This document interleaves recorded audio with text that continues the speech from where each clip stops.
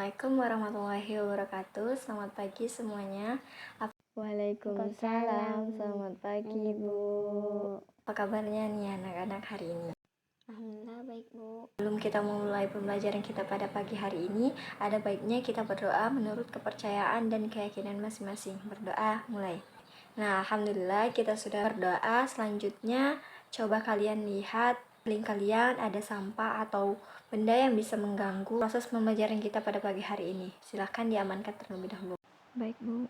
Sudah, silahkan kalian keluarkan alat tulis yang digunakan untuk proses pembelajaran kita pada pagi hari ini. Nah, coba deh kalian lihat ke kanan, ke kiri, ke depan kalian. Adakah teman kalian yang tidak hadir pada pertemuan kali ini? Tidak ada Bu. Hadir semua ya, alhamdulillah. Kita masuk ke materi kita hari ini. Ibu akan mengingatkan materi apa sih yang kita pelajari minggu kemarin. Ada yang masih ingat? Pelayanan prima Bu. Materi yang kita pelajari minggu kemarin ialah pelayanan prima. Ada yang masih ingat apa itu arti dari pelayanan prima? Pelayanan prima merupakan upaya yang dilakukan perusahaan untuk memberikan pelayanan yang maksimal kepada para pelanggan. Terima kasih kepada Lucy. Materinya minggu kemarin, adakah yang ingin ditanyakan terkait pelayanan prima? Jika ada materi yang kurang dimengerti, silakan ditanyakan sebelum kita memasuki kita pada minggu ini. Tidak ada Bu. Jika tidak ada, langsung saja kita masuk ke materi kita ini. Nah, materi kita pada pertemuan kali ini adalah customer service sebagai pendukung layanan perusahaan. Sebelum itu, Ibu akan membacakan tujuan. Yang pertama, melalui pembelajaran ini, siswa diharapkan dapat mengerti apa itu pengertian dari customer service. Yang kedua, peserta didik diharapkan dapat memahami tugas dari customer service. Yang ketiga, siswa diharapkan dapat mengerti fungsi dari customer service itu sendiri. Lanjut, materi yang pertama adalah pengertian customer service. Sebelum masuk ke pengertian, Ibu mau tanya dulu nih. Kalian punya pengalaman yang tidak menyenangkan atau menyenangkan dalam suatu perusahaan atau toko yang kalian kunjungi dan kesusahan untuk mencari barang atau kebutuhan yang kalian inginkan? Jadi pada waktu itu saya ingin membeli buku tetapi tidak menemukannya, lalu datang pegawai yang menawarkan untuk mencari buku yang saya cari tadi. Oke, teman-teman kalian mengenai pelayanan yang ada di sebuah toko atau customer service. Lanjut, pengertian customer service. Sebenarnya ada yang ingin menyampaikan pengertian dari customer service itu sendiri? Menurut pendapat kalian aja nih. Customer service adalah bagian kerja dalam perusahaan yang bertujuan untuk memuaskan para pelanggan. Satu lagi, Ibu mau minta pendapat dari Riko. Silakan, Riko. Menurut saya, customer service adalah setiap kegiatan pelayanan yang baik ditujukan kepada pelanggan. Nah, benar semua ya jawaban yang diutarakan oleh teman-teman kalian tadi. Jadi, customer service adalah petugas yang diberi tanggung jawab untuk melayani pelanggan. Customer service merupakan sasaran utama bagi para pelanggan untuk memenuhi segala kebutuhan sekaligus sebagai ujung tombak dari kepuasan atau keluhan yang dialami oleh pelanggan. Lanjut ke materi kita yang selanjutnya adalah customer service. Nah, di sini ada 4 tugas dari customer service. Yang pertama, memberikan pelayanan kepada pelanggan. Tentu tugas utama dari customer service adalah memberikan pelayanan yang terbaik kepada para pelanggan-pelanggannya. Nah, yang kedua, menerima, melayani, dan mengatasi permasalahan yang disampaikan oleh pelanggan sehubungan dengan ketidakpuasan pelanggan atas pelayanan yang diberikan oleh perusahaan. Yang ketiga, mengadministrasikan file pelanggan. Yang keempat, memperkenalkan dan menawarkan produk dan jasa yang ada sesuai dengan keinginan. Mereka harus berupaya untuk mengenalkan dan menawarkan produk yang ada di perusahaan tempat mereka bekerja. Materi selanjutnya adalah fungsi dari customer service. Nah, yang pertama, resepsionis. Nah, tentu kalian tidak asing lagi dengan kata resepsionis. Resepsionis menurut pendapat kalian atau yang kalian ketahui aja nih? Menerima tamu. Pertama, sebagai resepsionis adalah memberikan pelayanan. Biasanya resepsionis ini bertugas menerima tamu atau pelanggan yang datang ke perusahaan dengan ramah tamah, sopan, simpatik, dan menyenangkan. Nah, di sini bisa kita temui di lobi hotel, perusahaan, atau di tempat-tempat yang memang untuk menerima tamu. Yang kedua ada Deskman.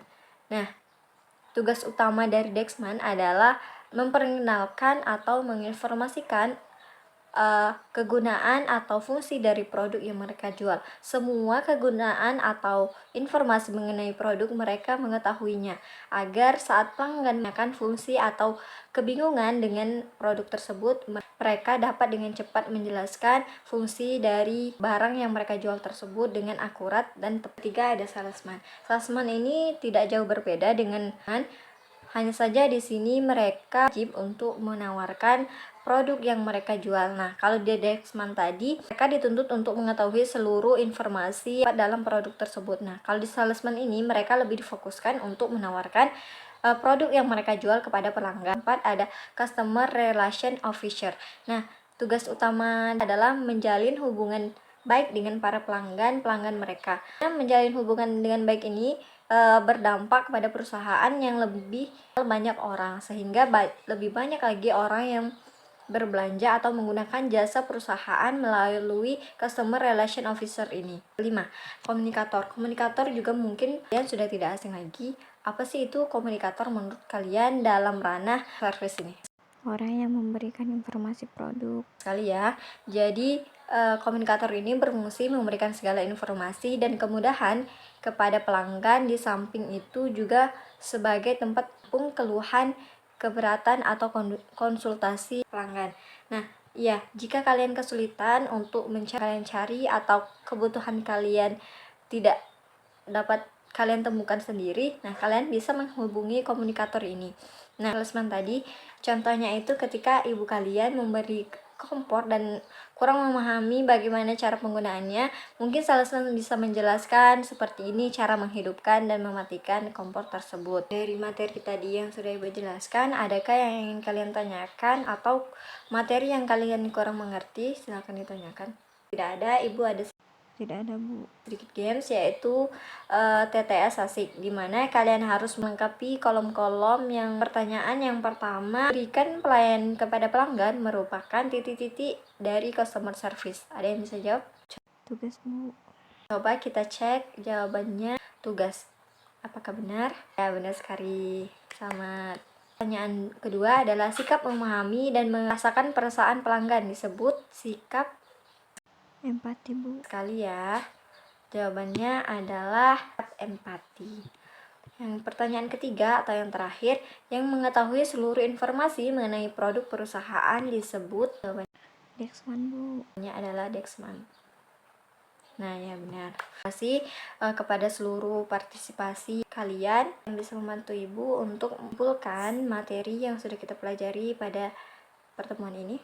Ya. Customer service adalah seorang petugas yang diberi tanggung jawab untuk melayani pelanggan. Tugas customer service memberikan pelayanan, menerima tamu, mengadministrasikan file, memperkenalkan dan melakukan produk. Fungsi customer service sebagai resepsionis, deskman, salesman, customer relation officer, dan komunikator. Terima kasih ke Lisa yang sudah membantu ibu kan materi kita pada pagi hari ini. Selanjutnya, tugas untuk kalian ini tugas berkelompok. Silakan kalian bentuk kelompok sampai 4 orang dalam satu kelompoknya. Tugasnya itu kalian untuk menganalisis customer service dari satu perusahaan yang bebas, bisikan dengan kelompoknya. Kalian lihat bagaimana pelayanan servis yang ada di perusahaan tersebut. Kalian deskripsikan dalam bentuk kalah, nanti dipresentasikan dengan menggunakan PPT. Nah, tugasnya ini akan presentasikan pada minggu depan. Nanti ibu pilih kelompoknya secara acak. Terkait tugas, ada yang ingin ditanyakan? Saya kurang mengerti. Nah, baik, sudah mengerti semua ya. Kan kalian untuk mencari atau membaca buku-buku mengenai materi kita mingguan, yaitu manajemen logistik. Silahkan cari tahu buku yang ada di perpustakaan atau dari internet ya. Ada sedikit kata-kata untuk menutup pertemuan kita pada pagi hari ini, yaitu kegagalan bukan untuk ditakuti, melainkan untuk ditaklukkan. Nah, artinya kalian jangan takut untuk gagal, karena gagal itu hal biasa yang semua orang pasti pernah mengalaminya. Karena waktu kita sudah habis, kita tutup pertemuan kita pada pagi hari ini. Wassalamualaikum warahmatullahi wabarakatuh.